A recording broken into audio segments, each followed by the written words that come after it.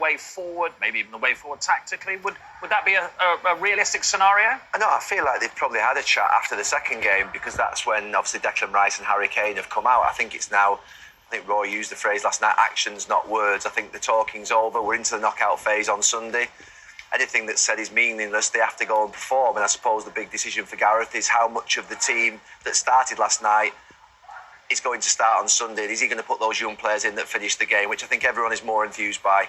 You're nodding away there. Yes, that's definitely the approach. Look, there's a couple of things there. I mean, I understand totally where Gareth's coming from. I've said before that, I feel for him in his position. Not I feel for him because we're all grown and we go into these roles knowing, but when it's your own national team, it does mean more. When you take that job, it's more than just another coaching job, and you have a lot of pride and you're doing it for your nation. And to see cups thrown at him, I know that would hurt him, absolutely. Especially, he's had an unbelievable tenure, and it could still be the most unbelievable tenure of any England manager by the end of it.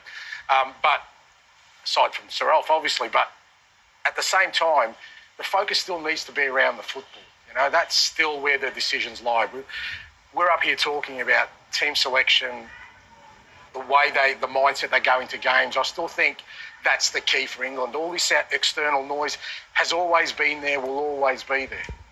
I think, Roy, if I could sum up what's in the papers, what we've talked about, what's on the radio, what's on social media, what people text you, is England have got the Bundesliga leading scorer this season, Real Madrid Player of the Year, Man City's Player of the Season, the Premier League Player of the Season, Chelsea's Player of the Year. So many good players. Release them.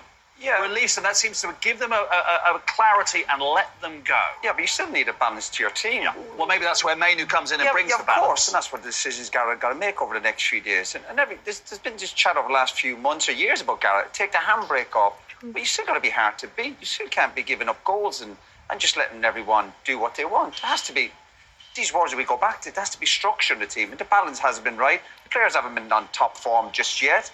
But we know these players can't turn up and do the business. They've just not been at it at this moment in time. But Gareth's job now is to manage that and get them performing. They're not quite at it, but that happens in football tournaments. We've seen other teams so far, better teams in England, not quite turned up yet.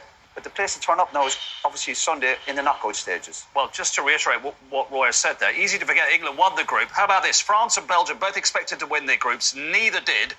Didier Deschamps was asked about the French